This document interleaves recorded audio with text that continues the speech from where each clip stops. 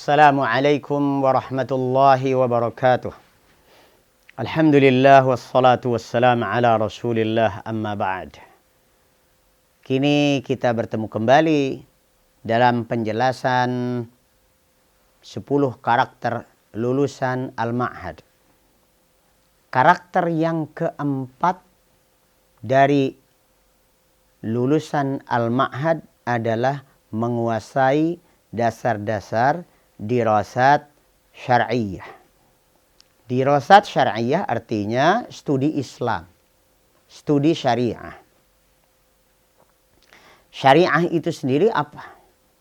Syariah itu adalah aturan Allah dan Rasulnya.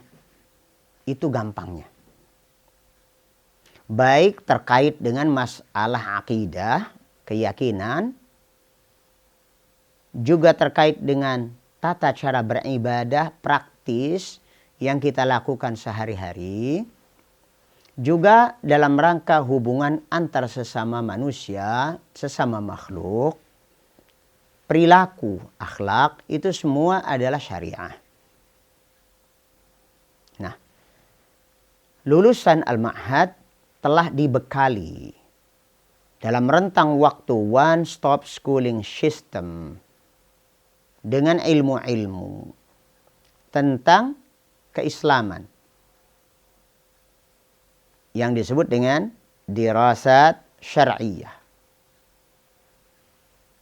Kita bisa petakan, kita bisa klasifikasikan ilmu-ilmu syar'i yang kita ajarkan kepada anak didik kita sebagai berikut. Yang pertama adalah yang bersifat alat. Alat untuk bisa menguasai literaturnya, maka disebut ulumul lughah al-arabiyyah. Ilmu bahasa Arab. Ilmu bahasa Arab dengan berbagai cabangnya diajarkan di Al-Ma'had dalam rentang waktu one stop schooling system ini. Tersambung dari SMP sampai ke SMA. Bahasa Arab yang diajarkan itu melalui 3 tingkatan. Tingkatan paling dasar disebut dengan mufradatul lughah. Mereka diajarkan tentang kosakata dan bagaimana memakainya di dalam percakapan sehari-hari, dan diperkenalkan dengan kitab-kitab yang memuat bahasa-bahasa dasar. Kitab yang diajarkan kepada santri dalam rangka menguasai level 1 ini adalah kitab diantaranya Durusul Lughah yang diajarkan di Pondok Modern Gontor, Kulliyatul Muallimin Al-Islamiyah. Juga di samping itu mereka juga diajarkan ilmu shoraf agar bisa mengembangkan pola pertambahan dan penambahan makna pada kata.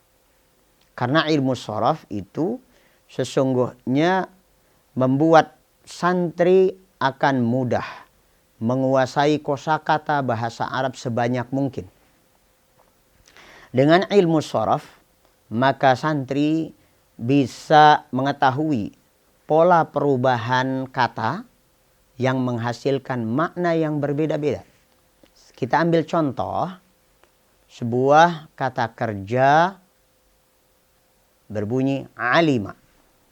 Alima ya'lamu ilman wa ma'laman fahuwa alimun wa dhaka ma'lumun.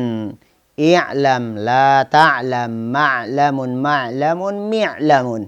Ini satu contoh saja. Satu bentuk saja. Dan bentuk-bentuk yang lainnya sangat banyak. Dari satu kata alima dengan modal 3 huruf. Alima. Ain, lam, mim. Ainnya berfathah, lamnya berkasrah, mimnya berfathah. Wazannya fa'ila. Alima. Ya'lamu, wazannya yaf'alu, fa'ila yaf'alu, dan seterusnya. Dari kata alima menunjukkan makna, mengetahui. Mengetahuinya kapan? Sudah. Artinya apa? Sudah tahu. Ya'lamu. Artinya apa? Tahu juga. Tetapi waktunya berbeda. Saya sekarang tahu. Dan ke depan saya tahu. Maka dalam satu kata sudah terkandung makna waktunya sekaligus. Ilman, ilmu, kata dasarnya, kata bentukannya, tahu. Keilmuan, itu ilmu. Ma'laman, bentuk yang sama. Makna yang sama dengan bentuk yang berbeda. Ilman wa ma'laman. Fahuwa alimun. Alimun pelakunya, pemilik ilmu. Orang yang berilmu disebut alim. Lalu kalau kita kembangkan dengan bentuk numerik. Bilangannya. Alim adalah 1. Mufrad alimani 2. Musanna kemudian alimuna wa ulama. Ya, ini bentuk-bentuk numerik. Untuk menunjukkan berapa angkanya. 1 orang alim, 2 orang alim, alimani, dan 3 ke atas ulama atau ulama alimun. Seperti ini dan seterusnya dan seterusnya. Ini pola kata sehingga dengan ilmu ini santri kemudian bisa berkembang lebih cepat dalam penguasaan kosakata bahasa Arab. Nah, ini adalah level dasar. Ada durusul lughah, ada ilmu sharaf, dan ada ta'bir. Sudah belajar mengungkapkan, mengekspresikan apa yang dia inginkan. Tentu ini sangat bermanfaat dalam percakapan sehari-hari.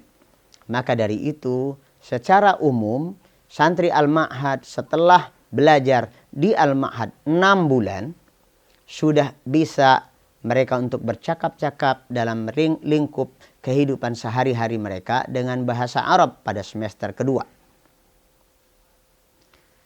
Berikutnya, setelah melalui bahasa dasar ini, dimatangkan kembali bahasa dasar ini pada tahun berikutnya dengan pelajaran yang lebih tinggi lagi, yaitu pada tahun berikutnya mereka sudah mulai belajar qawaid, belajar nahwu. Ilmu nahwu ini adalah gramatika bahasa Arab, tata bahasa Arab. Ibaratnya kalau kita ingin membangun sebuah rumah, kita sudah punya modal batu batanya dulu, sudah punya modal semennya, pasirnya, besinya, kacanya. Materialnya kita sudah punya. Baru kemudian kita mulai menata.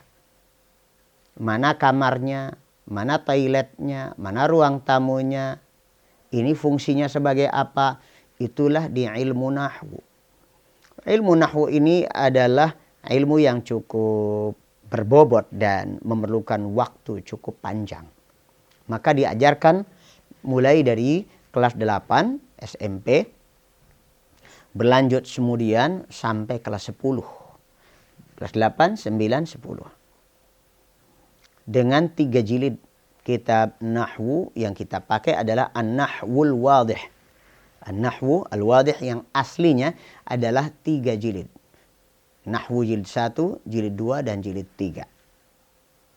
Walaupun sebagian pesantren memecahnya menjadi 5 jilid. Karena mereka mengajarkannya mulai dari kelas 2 atau tahun kedua sampai tahun terakhir. Tapi di Al-Ma'had diusahakan pengajaran ilmu nahwu ini, yaitu bahasa Arab level 2, ini hanya sampai di kelas 10 SMA. Selanjutnya adalah ilmu yang lebih tinggi lagi, yang bersifat sastra, yang umumnya di luar Al-Ma'had, ini diajarkannya di fakultas. Tapi di Al-Ma'had, anak SMA, kelas 10, 11, dan 12 sudah memiliki ilmu ini. Apa itu? Ilmul balaghah, ilmu sastra Arab. Pada kelas 10 mereka diajarkan salah satu cabang ilmu balaghah namanya ilmul bayan. Dan yang kedua di kelas 11 yaitu ilmul ma'ani. Dan terakhir di kelas 12 adalah ilmul badi'.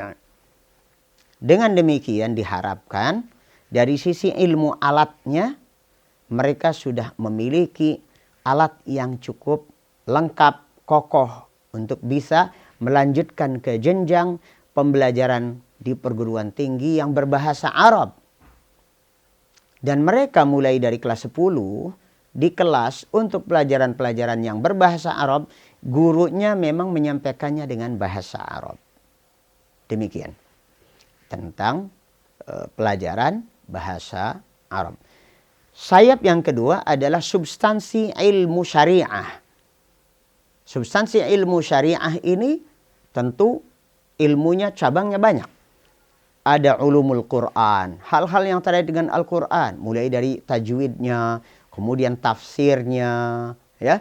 Kemudian juga yang terkait dengan sunnah, ulumus sunnah, mulai dari matan hadisnya, kemudian syarah hadisnya, kemudian sampai pada ilmu tentang hadis. Bukan hadis, tetapi ilmu tentang hadis, yaitu ilmu mustalahil hadis. Dengan demikian diharapkan santri yang telah lulus dari Al-Ma'had masuk ke perguruan tinggi seperti UIM, Universitas Islam Madinah, itu tinggal duduk dan dengarkan kuliah sudah nyambung, langsung nyambung. Tidak perlu masuk kelas persiapan, bahasa dulu dan sebagainya. Sudah cukup. Kemudian ada ilmu al-aqidah. Hal-hal terkait dengan akidah. Ya, keimanan. Tentang rukun iman yang 6 dan cabang-cabang serta ranting-ranting pembahasannya. Kemudian ada lagi ilmu fikih. Ilmu usul fikih. Qawaid fiqhiyah. Ini adalah ilmu-ilmu yang merupakan substansi tentang hukum. Hukum-hukum dari perilaku hamba Allah secara praktis. Kalau sebelumnya kita telah ajarkan kepada anak-anak dan mereka menghafalkan kitab Bulughul Maram, di sini bertemu antara hafalan hadisnya dengan pembelajaran fikihnya. Di sini bertemu. Kalau ini dalilnya, ini pemahamannya. Pemahaman terhadap dalil. Dan diajarkan pula bagaimana cara memahami. Kok bisa sampai ulama kok memahaminya seperti ini? Kenapa muncul madhabnya seperti ini? Karena memang kaidahnya begini, usul fikihnya begini. Jadi sampai pada tataran metodologis, intisari daripada hukum Islam kita ajarkan. Dan ini masih level SMA loh, bukan level fakultatif. Selanjutnya, anak-anak ini sudah memiliki ilmu Al-Quran, sunnah, ada akidah, ada fikih, usul fikih, qawaid fiqhiyah. Juga ada ilmu tentang pendidikan, tarbiyah wa ta'lim. Bagaimana mengajar, bagaimana mendidik. Nah, ini dimulainya di kelas 10. Karena mereka di SMA sudah mulai menjadi pengurus adik-adik kelasnya. Kepengurusan manusia beda dengan kepengurusan barang.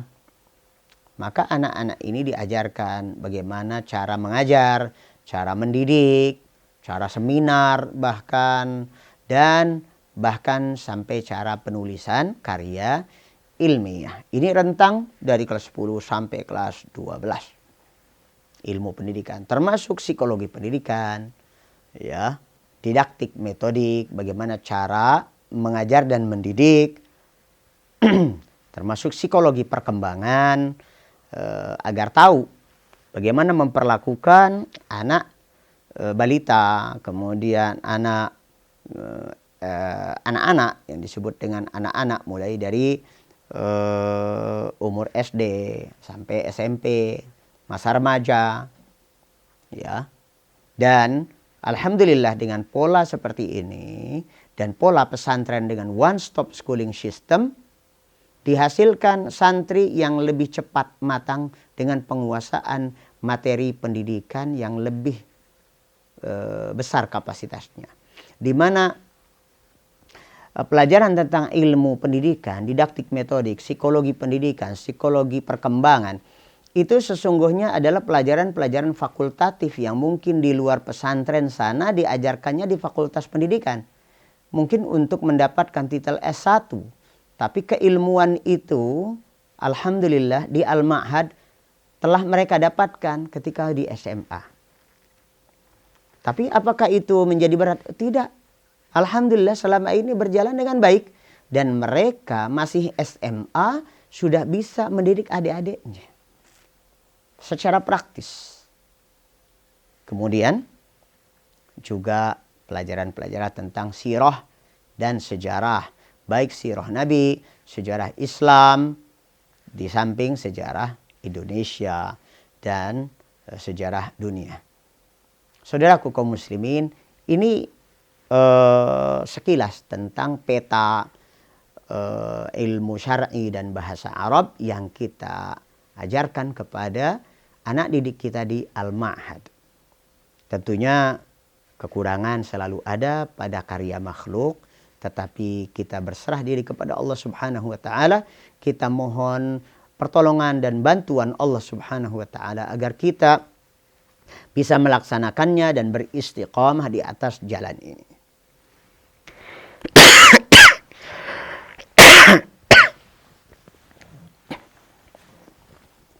Insyaallah kita bertemu kembali pada episode berikutnya dalam penjelasan tentang karakter kelima, yaitu berakhlak karimah dan beradab aliyah. Assalamualaikum warahmatullahi wabarakatuh.